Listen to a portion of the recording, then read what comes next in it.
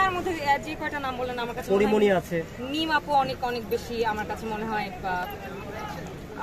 হয় অনেক বেশি ডেডিকেটেড, অনেক বেশি তার জায়গাটা সে খুব সুন্দর করে ধরে রেখেছে, কন্ট্রোভার্সি ছাড়া খুব সুন্দর করে একটা ক্যারেক্টার, নিজের ক্যারেক্টারটা মানে অ্যাজ অ্যান অ্যাক্ট্রেস বা পার্সোনাল লাইফে ধরে রেখেছে। তো আমি মিম আপুর নাম নেব। আর তৃষার কোন কাজটা দেখে প্রেমে পড়েছি?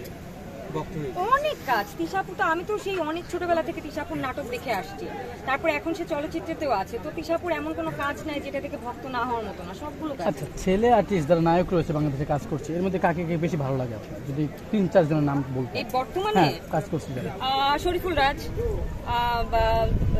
সিয়াম খুব ভালো কাজ করছে, ওয়াই নট।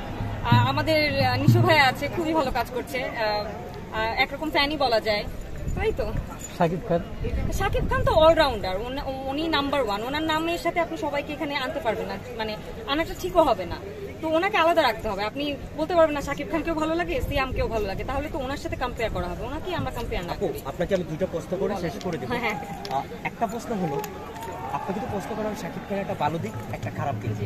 আমি বলার মতো না, এই আপনি ভক্ত হিসেবে বলবেন, ভক্ত হিসেবে বলতে পারছি না। আপনাকে প্রশ্ন করব না না না, আমি এই বিষয়ে কথা বলতে চাচ্ছি না, এটা দরকারই নেই বলার। আচ্ছা, ওনার কাছে যদি আপনাকে বলা হয় কি নেবেন, কি দিবেন? শাকিব খান ভাইয়ের কাছ থেকে কি নিব, কি দিব? আই উইশ ওনার স্টারডামটা আমি নিয়ে নিতে পারতাম। আমার কাছ থেকে আসলে দেওয়ার মতো কিছু নেই, উনি একদমই মানে পরিপূর্ণ একজন মানুষ, তো ওনাকে দেওয়ার মতো কিছু নেই। বাট নেওয়ার মতো আছে যে একদিনের জন্য হলে হয় না, ওনার স্টারডামটা যদি নিয়ে নিতে পারতাম। I wish. Thank you.